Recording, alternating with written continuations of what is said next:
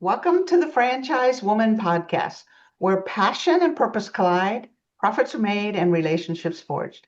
I'm Rebecca Monet, CEO and Chief Scientist at Zoracle Profiles.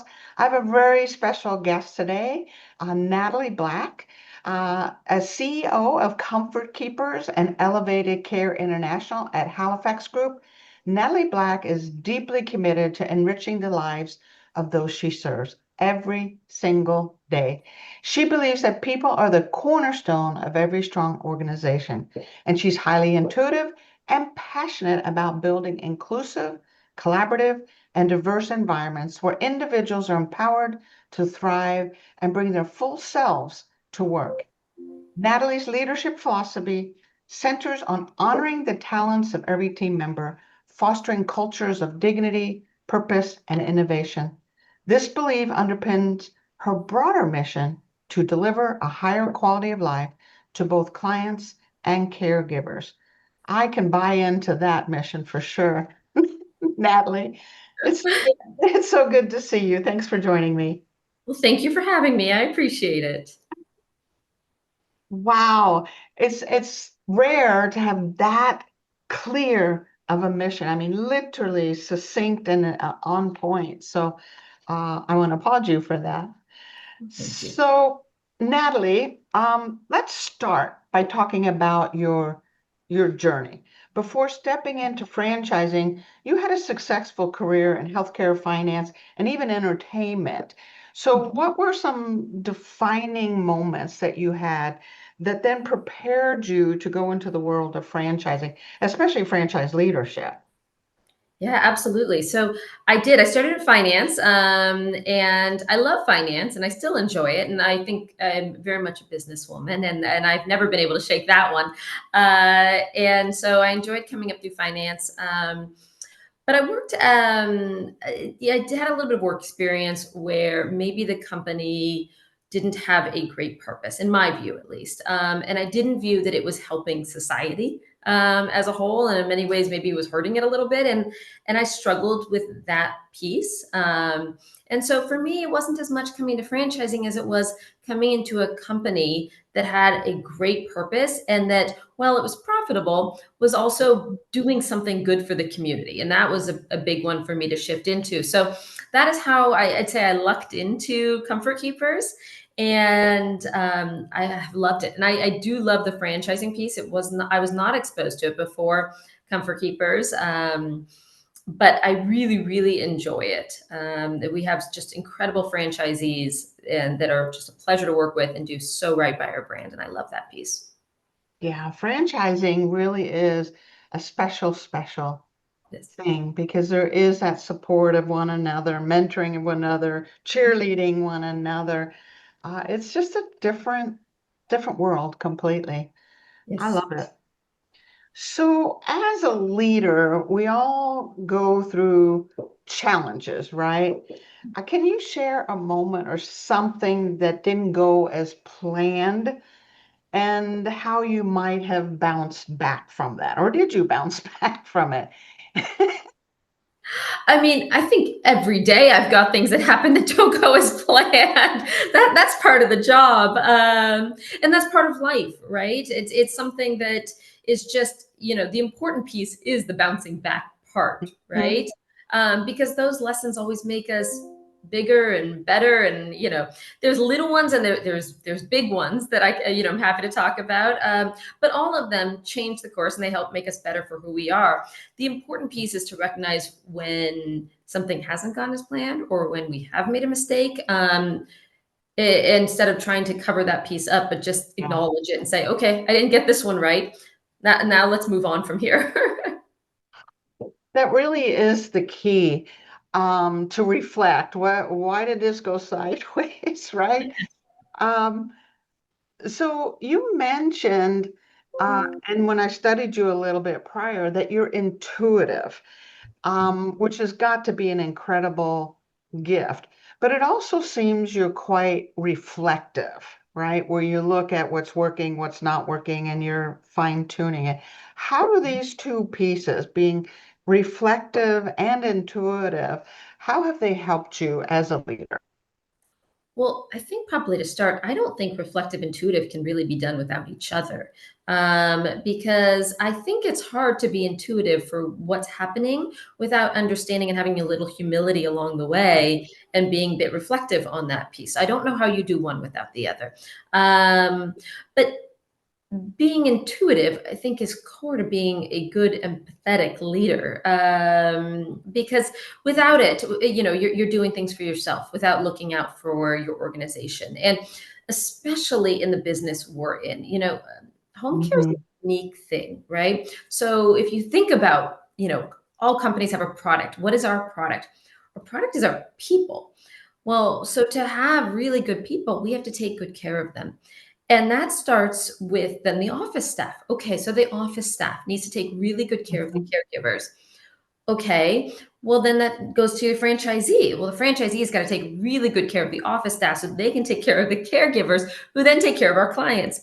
And then it heads back to us at CKFI, who have to take good care of all of our employees. And so all of that kind of goes together to make sure that we have a really good business. Yeah, it's funny that you say that because I hadn't thought about reflectiveness and intuition going together. I guess I always thought of intuition as a gift almost, where you just have great sensory acuity. Although, just as I'm saying that, I get it. I get it because when you think of sensory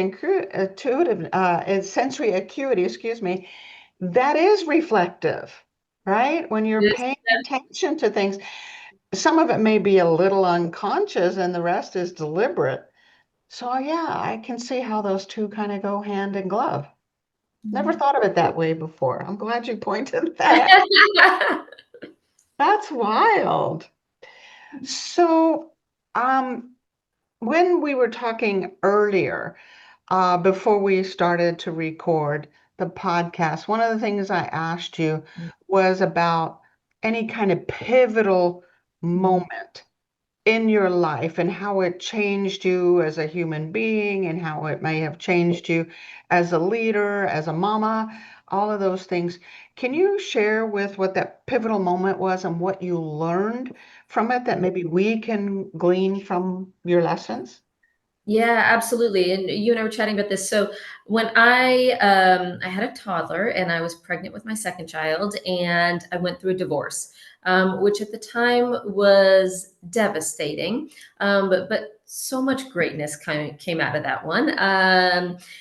But what I learned has been an interesting one because for me, throughout my career, I worked a lot of hours. And I think a lot of people do, right? You start up your career and you work nonstop. You're always going. And even after having my first child, I was working a lot because there was another person I could hand this child over to Yeah, and say, yeah. okay, I have calls. I'm going to do this. I'll travel here. I'm going to this. And please take care of the child. And then that changed. And all of a sudden, it was me with a toddler and pregnant with a baby. And I still had my responsibilities. And I figured out how to make it work. But part of that, and a big piece of that, was drawing boundaries and being able to say, this is my time for my family. I cannot work right now. I will not work right now. I'll adapt and I'll work these other hours. And sometimes that meant, calls at 5 in the morning or, going to bed with a laptop. And that's fine because when my kids were awake and they needed me, I was there for them too. And finding that balance there, and that was really pivotal for me to finding a new way of working with a little bit more flexibility. But I also think it's just shifted tremendously how I view leadership and what I'm enable for the teams around me. Because before that, I probably didn't have the constraints to understand what it needed, what people needed sometimes. And all of a sudden, I understood, and I said, okay, you know what? Because somebody can't do this doesn't mean that they're trying to make excuses or they're not trying to work hard. It means that they've got other things that they're trying to balance. Let's work with our people. And that's filtered down. I mean, and that really bleeds everywhere, all the way probably to our caregivers, because our caregivers oftentimes need that flexibility as well. That's Mhm. sometimes why they're drawn to caregiving, is that they're also caregiving for other people in their lives, whether that be children or their parents or whoever else. And so they need that flexibility as well, and finding ways to help them work through that so that they can do a great job and we don't lose wonderful people just because we're inflexible. Wowza. So true. I was Mm. a single mama also. When my kids were 3 and 1, I got a divorce, so you dealt with it even earlier. Um, and I think it makes us as women extremely resilient and Mm. adaptable and problem solvers almost instantly, right? Because now we have to do all of that. The idea, though, that it made you even more compassionate and empathetic when you have employees or franchisees that are juggling a million things, was a very positive thing that came out of it, right? Yes. There's a lot of positive that came out of that time in my life, including, my husband now and two bonus children and all of that. But There you also, go. I'm a different leader because of it, and a different person because of it. And that there's a lot of good that came from that. Yeah, for sure. During the time, all we do is cry, though, right? Yes, yes. But the hard times, that's the way it goes. You don't get the good times and the benefits of those hard times without it. Yeah, for sure. You always look back and go, "Oh, thank God that happened," right? I, but at the Yep. time, it doesn't feel so good. No, it doesn't. Now you got this beautiful smile, a wonderful husband, a couple more children, and a highly developed intuition and leadership skills. Right. Right. Boom, bingo. What do they call that? The bucket of gold at the end of the rainbow, so to There speak. you go. So, question, what aspects of your work really make you light up, make you passionate, make you excited at a personal as well as professional level? The aspect of my work is it's really the greater mission of it all, for Comfort Keepers, which is to help seniors stay in their home. Because we've done surveys on this, and it's something around 80% of seniors would like to age in place. But that's not the reality for a lot of people for a whole host of reasons. Um, and I think, as much as we can give people the choice to have what they want in their lives, that's an important thing, right? And so we focus on the ability for people to stay safe in place, and then of course, it doesn't stop there. And that's, I guess, a big part for us. And we talk about joy. That's a big one for Comfort Keepers, is joy, because joy doesn't have to stop when you're older. Joy doesn't, joy should be something you experience throughout your life, and being able to bring that and joy to people. And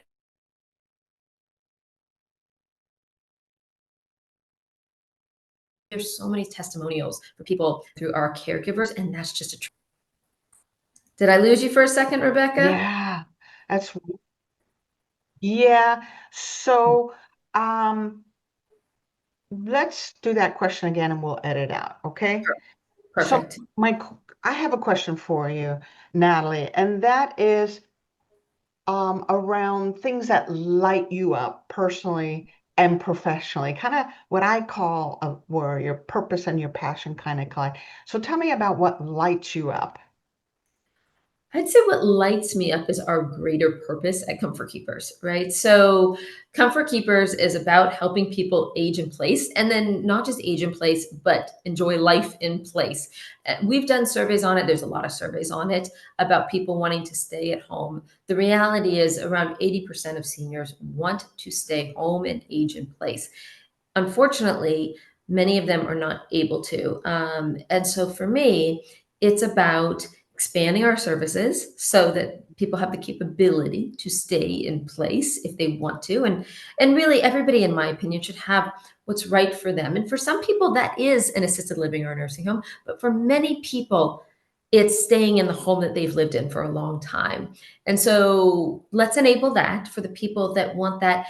But let's not just stop there. Let's also make sure that people continue to have a joyful happy life. And that's just, you'll hear about joy with comfort keepers. We talk about that all the time because it's so much of what we do. It's not just about keeping people safe. Obviously, we want to keep people safe, but it's about continuing to live a purposeful, happy life throughout the rest of your life. It doesn't have to stop. And that just is so much of my purpose and why we do what we do. Wow. To me, the word that popped up in my head as you're describing this, I have an elder father, and my mom just passed a couple of years ago. There's a certain dignity to that, to be able to stay in your home. And one of the challenges, I think, as we age, is we feel like we've lost control. And I Yes, think there's something about it gives me chills even as I think about it. Being able to stay in our home and still control our destiny is like giving power to these folks, rather than, okay, we're going to shuffle you off someplace, right, where you don't have a lot to say about your life at all. So that, to me, this is all about dignity and a sense of I get to decide. That absolutely. that's beautiful.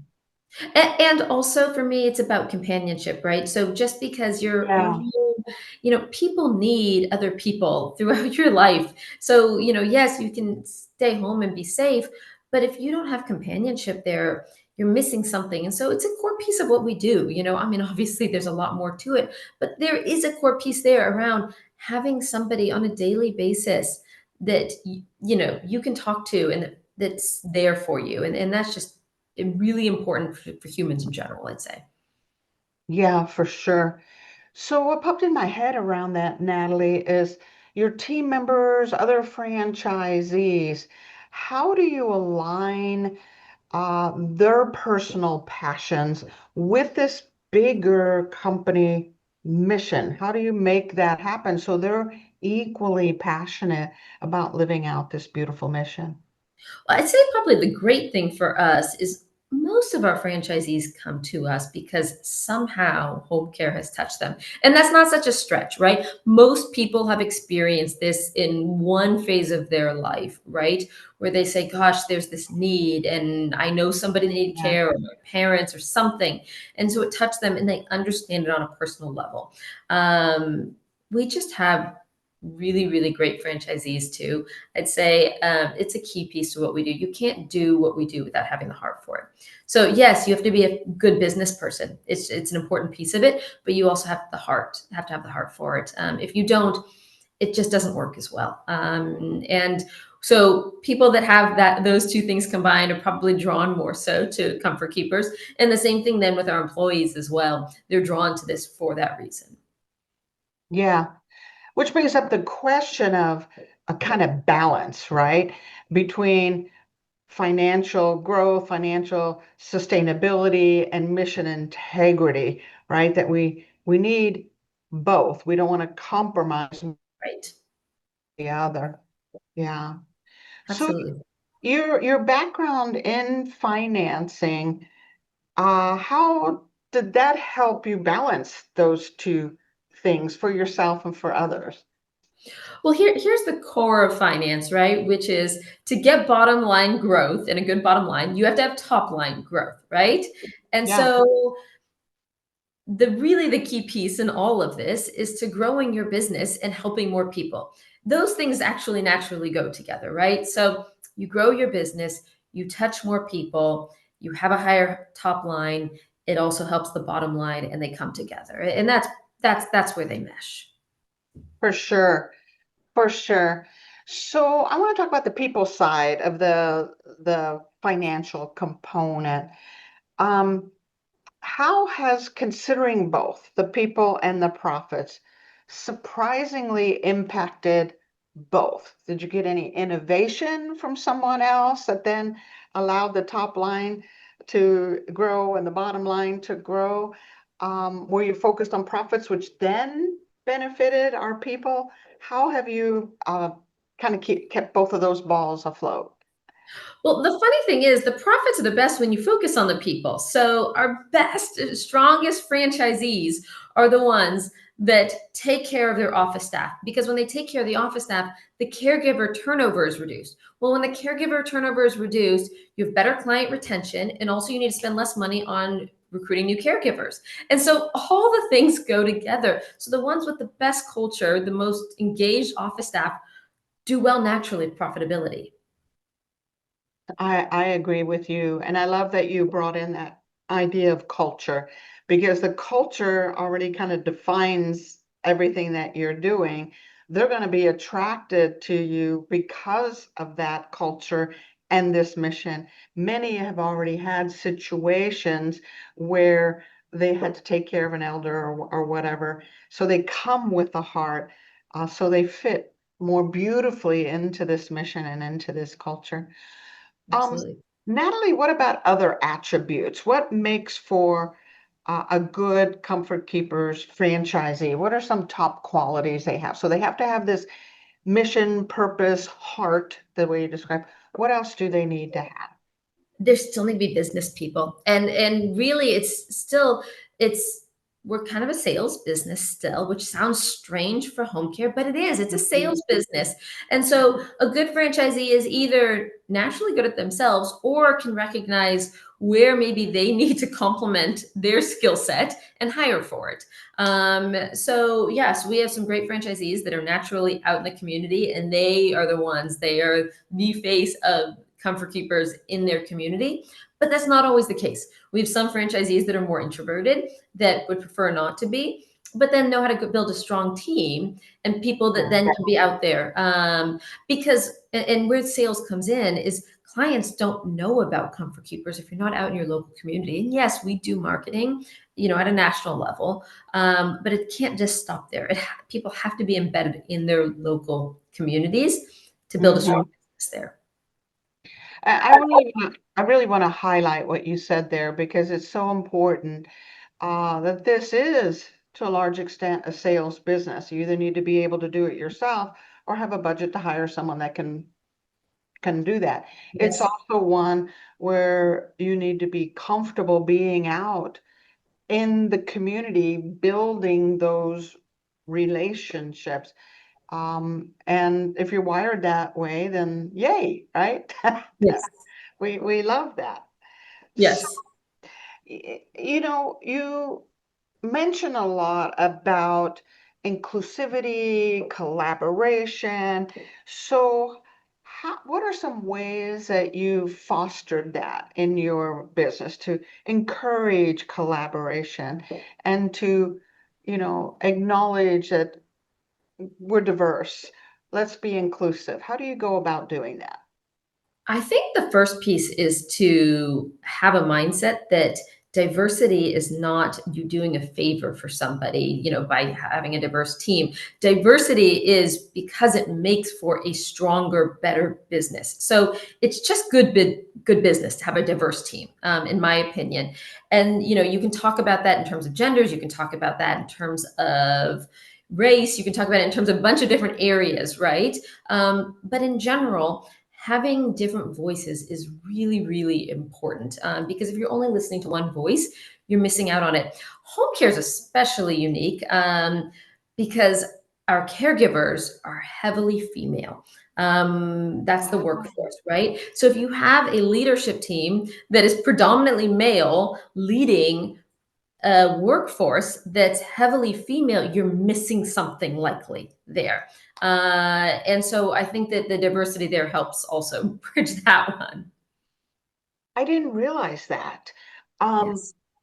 because as women, we do think different, right? Mhm. So if we have male leadership and female team, there has to be something that we need to understand one another, right? Absolutely. With, Absolutely. within that. So what about mentorships or things of that nature? Do the franchisees mentor, coach, encourage, inspire, cheerlead one another? Oh, they're so amazing at it. I can't even begin to talk about it. They are just the most welcoming bunch of people. They support each other, they build each other up. Franchisees, they're humans, right? So they've got their own lives and things happen. Um, we've watched illnesses, deaths, all these pieces, and the way the franchise community has rallied around each other during these things, it just blows me away every time. They are just incredible people. Right now, where we are with Comfort Keepers, we're focusing more on franchise development, expanding our overall footprint. And with that, there's newer franchisees that are coming into the mix. And our existing franchisees have kind of taken them under their wings so well. It really is just amazing and Oh, how welcoming they are. At our last conference, we actually buddied anybody that was new to conference. We buddied them up with the franchisees, so they had a buddy for it, and everybody loved it. The existing franchisees loved it. The new franchisee loved it. It's just wonderful to see. yeah. I think, women are good at that. And franchising is good at that. I'm a baby boomer and I look back now, Natalie, and I go, I didn't have mentorship. And I often wondered at 30 or 25 or even 40, what would have happened if I had someone come alongside, like what you're describing with your franchisee to franchisee, peer-to-peer mentoring, Mhm. how different our lives are for no other reason than just having that someone believing in us and supporting us kind of thing. So it's one of the beautiful benefits of franchising. And in your culture at Comfort Keepers, it is encouraged uh, Absolutely. and rewarded and fostered and all of that stuff. So what about yourself? Did you have a mentor? Did you have a colleague that came alongside? I've had a few. There's one that pops into my head actually, who was my boss a ways back, and this is right after I had my first child, and I was considering. He was considering me for a fairly large promotion at the time, and everybody told him, "You can't ask Natalie. She just had a baby. This has a lot of travel, a lot of Oh, work. You cannot ask Natalie to do this." And he basically said, absolutely not. She gets to make her decisions for herself, and we aren't going to decide to hold her back. She can decide that for herself. And so he did approach me, and I did decide to take it, and it's just been great. And he has stayed a mentor, just a fantastic guy. But I think about that oftentimes, where we shouldn't set the bar for people, that they need to choose for themselves on that one. And I'm so appreciative of him for doing that for me. that's a wonderful lesson. Um, yeah, I think that oftentimes happens that we set the ceiling or the boundaries, sometimes out of a thought that we're being compassionate and empathetic when that That's person, exactly it. I right? mean, everybody was trying to be nice to me. Nobody was trying to be mean and hold me back maliciously. But I think, at the end of the day, we need to let people decide as to where they want to go. We shouldn't impose that on them. Yeah, for sure. So when you look back, Natalie, um, and you would have like this message, this thing on your heart, this thing on your mind that you would tell other folks thinking about going into franchising or even franchise executives, franchise founders. What is the one thing you would tell women? Well, women, it's a different piece. I think, in terms of franchising in general, right? So men, women, I'm hugely supportive. What I would also say though is it's really important to know the brand that you're mixing with, because you really, it is an important relationship, and it can be wonderful. For me, I have found it incredibly rewarding. I think most of our franchisees have found it incredibly rewarding. So Yeah. we're very fortunate that way. But you also hear the stories of where it's not. And so you've got to be very careful to make sure that you're joining in with a company that has the same values as you, that views business the same as you. And that's just such an important piece of it all. So I would always encourage somebody to do their research on that and make sure. And then for franchisors, the same thing, right? We award franchisees territories. We don't just sell territories. We award it because we make sure that we've got people that are coming into our system Mhm. that are going to enhance it, not detract from it. And that's really important for us.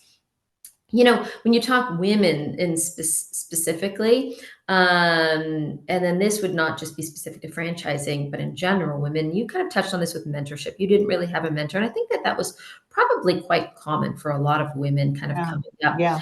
Um, there used to be a mentality that there was only room for so many women at the top.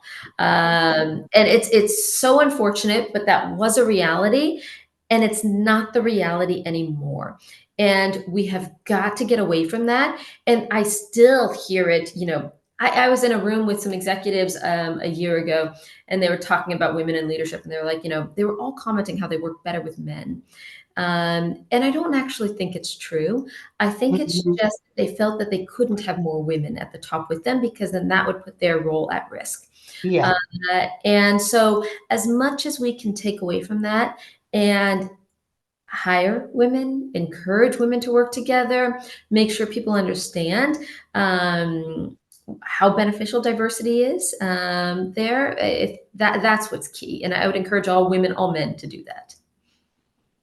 I think that's an important message that there's enough room for all of us. There isn't, boom, that's it. There's only room for 10 here, um, which kind of goes along with your inclusive mentality that you have in your mentor mentality. What about legacy, Natalie? What legacy do you hope to leave as a leader, as someone with this kind of mindset? What legacy do you want to leave? Mm.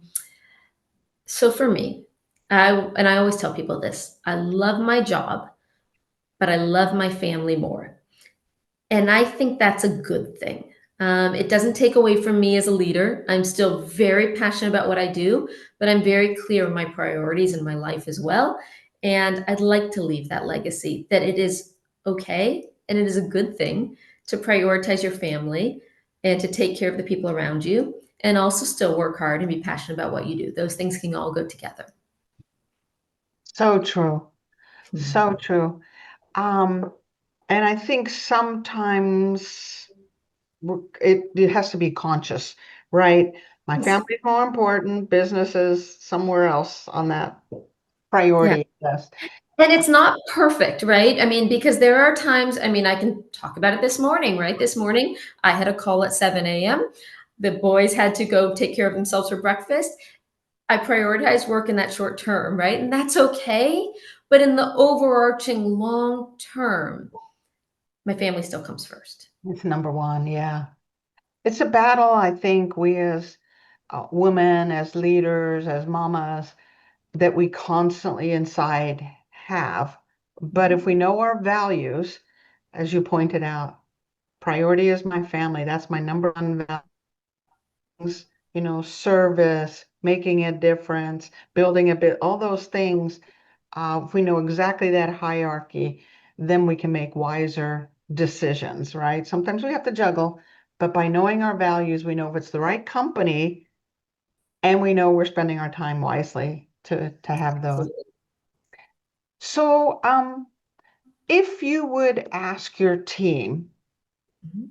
and franchisees to describe you, how would they describe you? Maybe in two or three or four adjectives. How would they describe you, do you believe?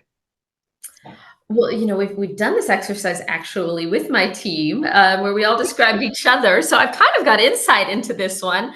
It was a great exercise. A lot of them describe me as unflappable. Um, so I don't tend to get worked up very easily. Um,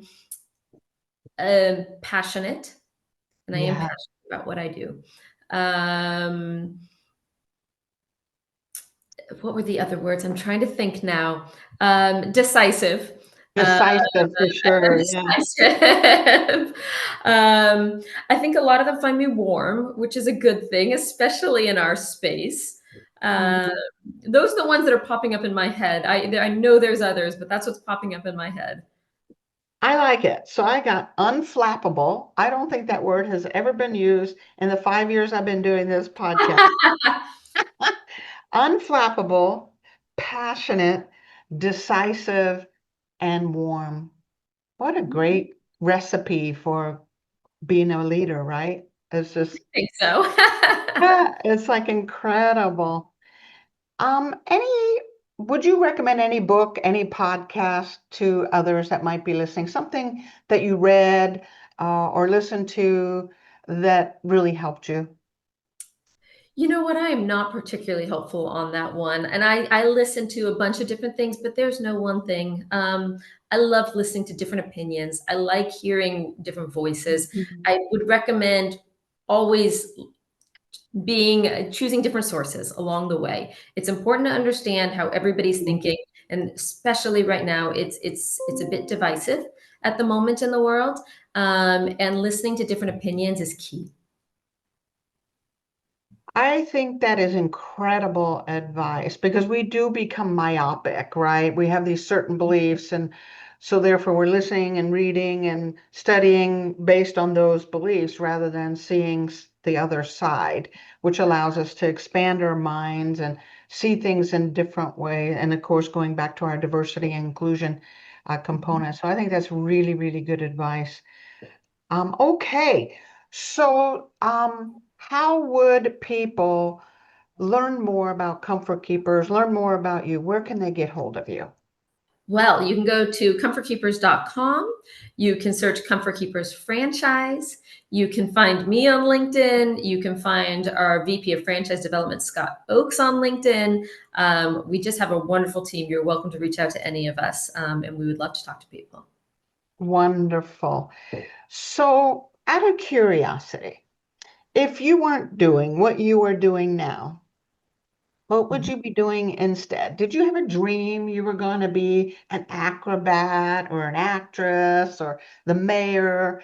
What would you be doing if you weren't doing what you're doing now? I'm not sure you'll believe me, but it is the truth. I had a dream I was going to be CEO. So I am doing what I wanted to be doing, and I appreciate it every day. Wow, that's amazing. So not only was this an aspiration, a dream, but you fulfilled it. Yes. So you're right on purpose, as we would. You know what? It's makes for a very happy life when you're doing what you love. It Uh, it does. It gives us extra energy when we're not incongruent, doing what's incongruent with us. I spoke to a business coach once years ago, and I was saying, I'm exhausted, I'm exhausted, I'm exhausted, kind of thing. And he said, let's look at your values. And are they aligned with your purpose and what you are doing? He said, because you will have energy and passion when they're aligned, when you are aligned with who you are. And it gave me a completely different mindset. And I started looking at, no, I'm not passionate about this, and I'm not particularly good at that. And I was able to realign it and get the energy back. So I think it's super important. So a quote kind of came to mind as you were talking, and that is, great franchisees aren't just entrepreneurs, they're purpose-driven leaders who care deeply about people. they are, especially at Comfort Keepers and in home care. I mean, they absolutely are. It's amazing. Yeah, it's amazing. The way others have defined you as inflappable, I mean, when I think about what you went through that divorce and being pregnant, I can't even imagine something what was going through your mind and the struggle that you went through and how you were able to get through that. Clearly inflappable and something you continue to be today as a leader. And passion, it oozes out of every pore of your body. Well, I'm glad to see that. And look, I think there's a lot of people that are going through things in lives that we don't know about. And it's such an important lesson in it all. You really don't know what somebody is going through. Everybody goes through their tough times. And going through them, you learn to, one, to be able to manage the waves, but also to have a bit more Yeah, compassion for other people too. yeah. So I have so enjoyed this conversation. When I first saw you and I saw the peace around you, just peace. That's the only way I can describe it. It's like we don't see that peace often when we're in a place of struggle. Um, so for you to have this adjective of inflappable, somehow whatever the struggles are, the massive decisions you have to make on a day to day are so in alignment with who you are that you're still at peace. You're still in a place of joy, I guess is the better word to use. It's not taking away your joy, no matter what is thrown at you. So it was a beautiful, the way people described you is spot on. Let's just put it that way. Thank you. Thank you. I guess probably I'll comment though to that, which is no good leader can do it without an incredible team of people, right? So, you look at the business, you look at everything we do on a day-to-day basis, and I'm so proud of it, but it is absolutely not because of me. It is because of all of the people on the Yeah, team that do it together. And that's the franchisees, that's the people at our headquarters, that's our caregivers. I mean, it's everybody that comes together to make this just yeah. such an incredible business. Which is something all of us can learn because a lot of people who are business owners and entrepreneurs think everything's built on their own shoulders and they wear themselves out, right? They wear Mhm. themselves thinking that really it is about choosing the right team to be a part of and creating your own team at the same time. So we are all designed by our creator to be work together in harmony, right? We are different for a reason and we have strengths in different ways. So building a strong team or becoming part of a team that complements us is so important to be successful Absolutely. and to be happy. So again, Natalie, thank you so much for joining me today. It's been a delight getting to know you better. Well, thank you for having me. I really appreciate it. Fun. And thank you to those listening in today. Make sure to comment, like, share Natalie Black's interview. And of course, we'll see you next week on another episode of the Franchise Woman podcast, where passion and purpose collide, profits are made, and relationships forged. Bye.